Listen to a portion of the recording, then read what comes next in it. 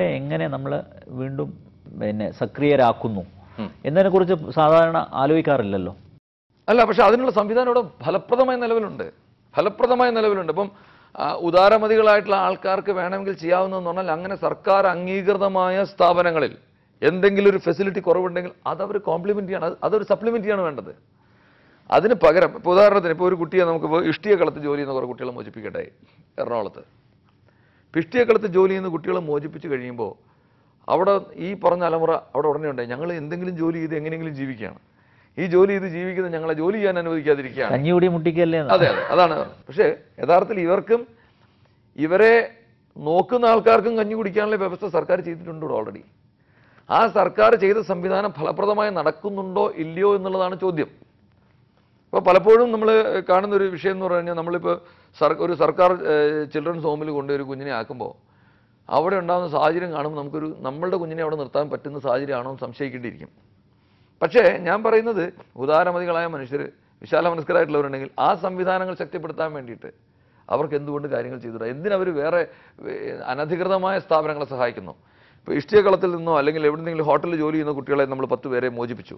ആ മോചിപ്പിച്ചവരെ നമ്മൾ പ്രാഥമികമായി പോലീസ് ചെയ്യേണ്ടതും നാട്ടുകാരാണെങ്കിലും ചെയ്യേണ്ടതെന്നാണ് CWC മുമ്പാകെ ഹാജരാക്കുക, ചൈൽഡ് വെൽഫെയർ കമ്മിറ്റി മുമ്പാകെ ഹാജരാക്കുക.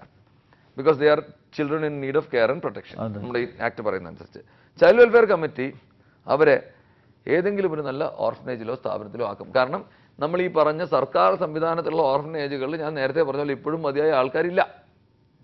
മതിയായ ആൾക്കാർ വന്ന് നിറഞ്ഞു കഴിഞ്ഞാൽ സർക്കാരിന് തന്നെ പുതിയ തുടങ്ങാനുള്ള സംവിധാനം ഇവിടെ നിലവിലുണ്ട്. സങ്കടകരമായൊരു വസ്തുത എന്ന് വെച്ചാൽ, നമ്മൾ ഈ ഒരു 7th പ്ലാൻ ഡോക്യുമെൻ്റ് ഒരു കടലാസ് ഞാൻ കാണാനിടയുണ്ടായി.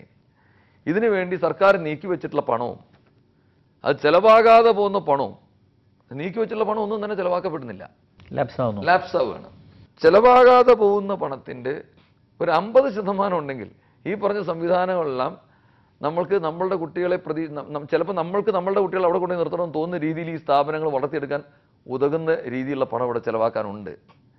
അപ്പോൾ അവിടെ നമ്മളുടെ ഇവിടെ ഏറ്റവും അത്യാവശ്യമുള്ള സംഗതി എന്ന് പറഞ്ഞാൽ, വിവിധ വകുപ്പുകൾ തമ്മിലുള്ള ഒരു ഏകോപനമാണ് വേണ്ടത്. യഥാർത്ഥത്തിൽ ഇപ്പോൾ ഈ ആൻറ്റി ട്രാഫിക്കിംഗ് നോഡൽ യൂണിറ്റിൻ്റെ പ്രവർത്തനം കൊണ്ട് ഒരു പരിധിവരെ സാധിച്ചിരിക്കുന്ന അതാണ്. പീനൽ പവേഴ്സ് ഉള്ളത് പോലീസിനാണ്. പുനരധിവസിപ്പിക്കാനുള്ള സൗകര്യമുള്ളത് സോഷ്യൽ വെൽഫെയർ ഡിപ്പാർട്ട്മെൻറ്റിനും ട്രൈബൽ ഡിപ്പാർട്ട്മെൻറ്റിനും ഹെൽത്ത് ഡിപ്പാർട്ട്മെൻറ്റിനും എഡ്യൂക്കേഷൻ ഡിപ്പാർട്ട്മെൻറ്റിനും ഒക്കെയാണ്. ഇവർ തമ്മിലൊരു ഏകോപനം ഉണ്ടാകുന്നില്ല. അപ്പോൾ ആ ഏകോപനം ഉണ്ടാക്കാൻ വേണ്ടിയിട്ടാണ് പ്രാഥമികമായിട്ട് നമ്മൾ ഈ ആൻറ്റി ട്രാഫിക്കിംഗ് വർക്കിൽ DGയുടെ നിർദ്ദേശപ്രകാരം ചെയ്ത ആദ്യത്തെ ജോലി അതാണ്. എല്ലാ ജില്ലകളിലെയും CWC മെമ്പർമാരെയും ഓർഫനേജ് കൺട്രോൾ ബോർഡിൻ്റെ ആൾക്കാരെയും സോഷ്യൽ വെൽഫെയർ ഡിപ്പാർട്ട്മെൻറ്റ് ആൾക്കാരെയും പോലീസ് ഉദ്യോഗസ്ഥരെയും നമുക്ക് ഓരോ ജില്ലയിലും ആൻറ്റി ട്രാഫിക്കിങ്ങിന് ഒരു നോഡൽ ഓഫീസറായിട്ട് DYSP DCRBയെ ചുമതലപ്പെടുത്തിയിട്ടുണ്ട്. ഇവരെയും കൂടെ ചേർത്തുള്ള യോഗം വിളിക്കുകയും ഇവർ പരസ്പരം ബന്ധപ്പെടാനായിട്ടുള്ളൊരു സംവിധാനം ഒരുക്കുകയാണ് പ്രാഥമികമായിട്ട് ഞാൻ ചെയ്തത്. ആ ചെയ്ത പ്രക്രിയ വഴി തന്നെ ഇത്തരത്തിൽ ഒരുപാട് കേസുകൾ നമുക്ക് കിട്ടുകയും, എന്തെങ്കിലും ഒരു കേസ് ഉണ്ടാകുമ്പോൾ, അതുപോലെ ചൈൽഡ് ലൈൻ എന്ന് പറഞ്ഞൊരു ഒരു NGO പ്രവർത്തിക്കുന്നുണ്ട്. അവർ 9 ജില്ലകളിൽ ആണ് ഇപ്പോൾ ഫങ്ഷനിങ് ആയിട്ടുള്ളത്. ബാക്കി എല്ലാ ജില്ലകളിലേക്കും അവരുടെ പ്രവർത്തനം വ്യാപിപ്പിച്ചുകൊണ്ടിരിക്കുകയാണ്. അവരിപ്പോൾ ഡയറക്റ്റായിട്ട് DCRB DYSP വിളിക്കും, ഇന്ന ഓഫീസിൽ വിളിക്കും, പോലീസ് ഉദ്യോഗസ്ഥരെ വിളിക്കും. എന്നിട്ട് ഒരു കുട്ടിയെ കണ്ടു കഴിഞ്ഞാൽ ആ കുട്ടിയെ മോചിപ്പിച്ച് CWC മുമ്പാകെ ഹാജരാക്കാനുള്ള ആ ഒരു പ്രക്രിയ നടക്കുന്നുണ്ട്. ആ പ്രക്രിയ ഇപ്പം നടക്കുന്നത് തുടങ്ങിയിട്ടുണ്ട്. എന്നാൽ ഇപ്പോൾ ഈ ഞങ്ങളുടെ ഒരു കൺട്രോൾ റൂം ഫംഗ്ഷനിങ് ആയിട്ടുണ്ട്. 24622242 എന്ന് പറഞ്ഞ നമ്പറിൽ 0471. ആ കൺട്രോൾ റൂമിൽ ഇപ്പോൾ ഏകദേശം ഒരു 40ഓളം കോളുകൾ ഇതിനകം വന്നു കഴിഞ്ഞു. ഓഹോ. അപ്പോൾ അവിടെ ഓരോ സ്ഥലത്ത് ഇപ്പം ഉദാഹരണത്തിന് ഒരു കോൾ വന്നതെന്ന് പറഞ്ഞാൽ, ഒരു 2 ആഴ്ച മുമ്പ് കായംകുളത്തുള്ളൊരു ട്രെയിനിൽ ഭിക്ഷാടനത്തിനായിട്ട് 2 കുട്ടികൾ ഉപയോഗിക്കുന്നു. ഒരു പ്രായമുള്ള സ്ത്രീ കുട്ടികൾക്ക് മുറിവ് ഏൽപ്പിച്ചിരിക്കുകയാണെന്നാണ് തോന്നുന്നത്. എന്തായാലും കുട്ടികളുടെ ശരീരത്തിൽ മുറിവുണ്ട്. ഈ സ്ത്രീ അവിടെ ഇരിക്കുന്നു, ഈ കുട്ടികൾ പോയി ഭിക്ഷ തണ്ടിക്കൊണ്ടിരിക്കുന്നു.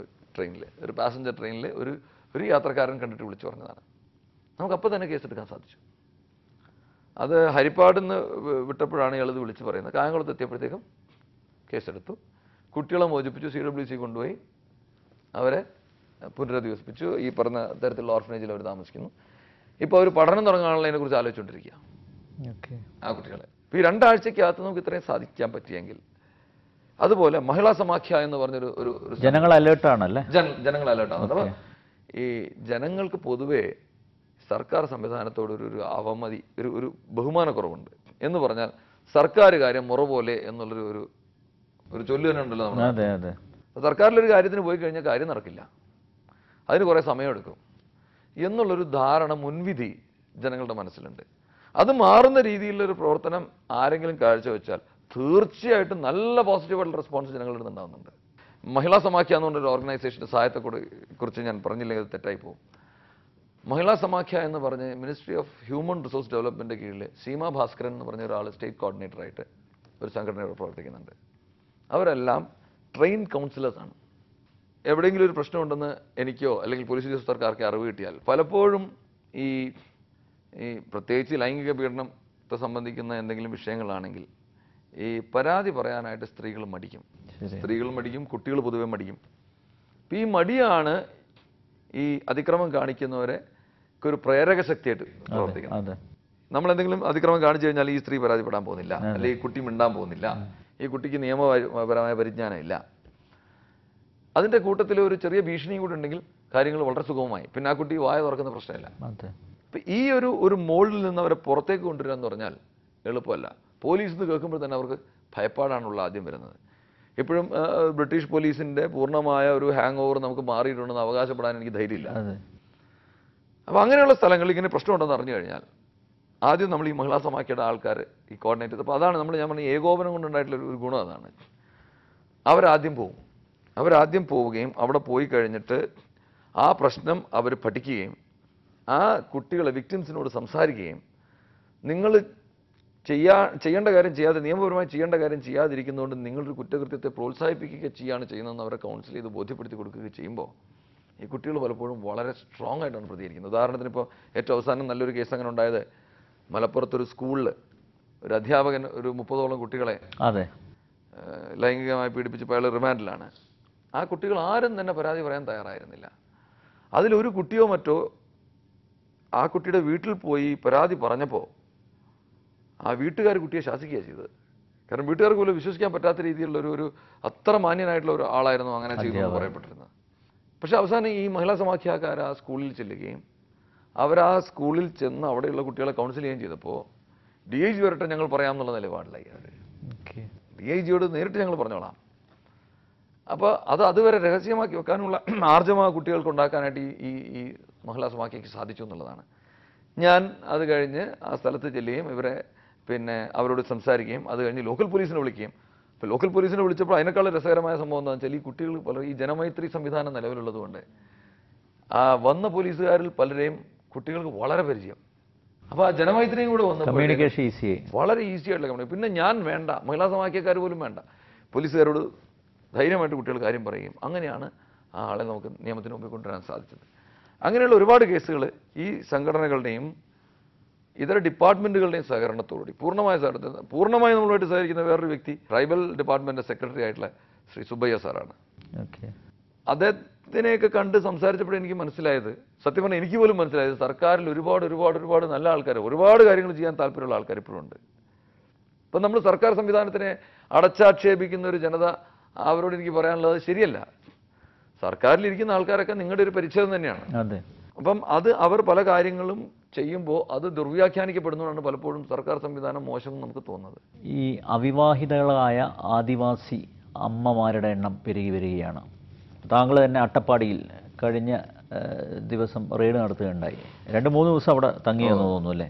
42ഓളം കേസുകളും രജിസ്റ്റർ ചെയ്തു. എന്താണ് അവിടുത്തെ അവസ്ഥ?